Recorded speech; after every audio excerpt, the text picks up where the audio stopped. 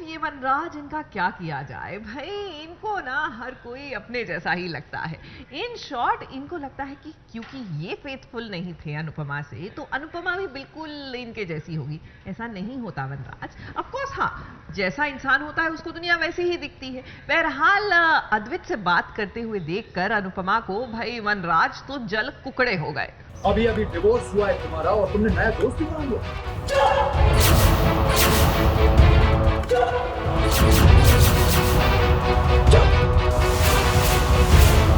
दोबारा से ऐसी बात करने की हिम्मत मत कीजिएगा।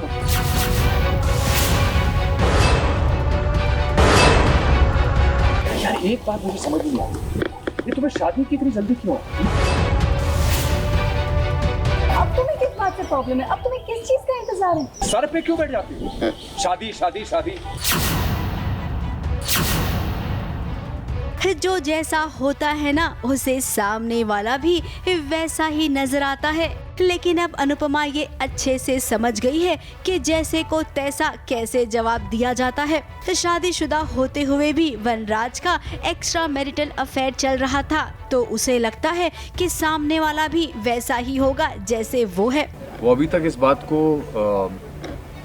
पचा नहीं पाया, डाइजेस्ट नहीं कर पाया कि अनुपमा वाकई में घर से निकल चुकी है और अद्वैत के साथ बहुत हंस रही है, खुश हो रही है, खूब खिलखिला रही है।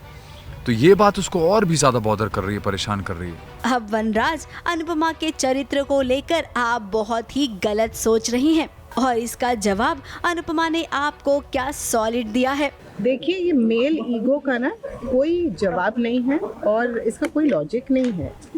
उनकी मेल ईगो ये टॉलरेट नहीं कर पा रही कि ये औरत जो 25 साल तक मेरी डोरमैट रही, जिसको मैंने जिस मर्जी से ट्रीट किया वो सब सहती रही, अचानक से आज उसने एक स्टैंड लिया, मुझसे डिवोर्स ले लिया।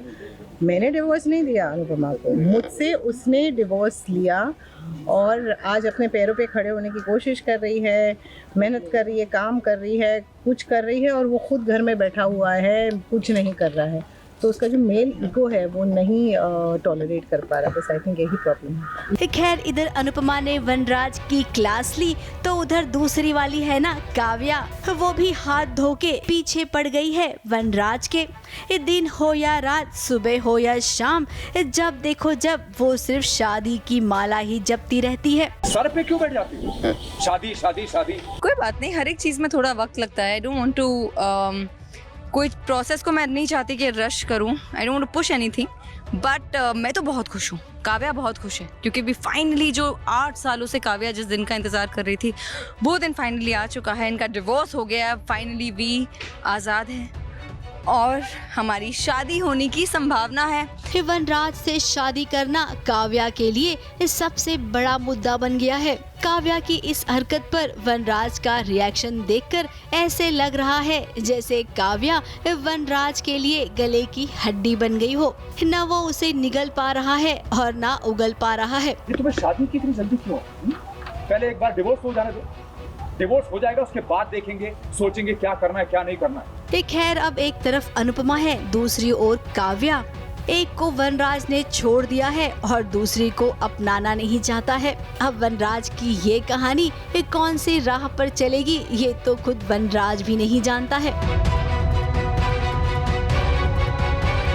कैमरामैन इरफान शेख के साथ एबीपी न्यूज रिपोर्ट।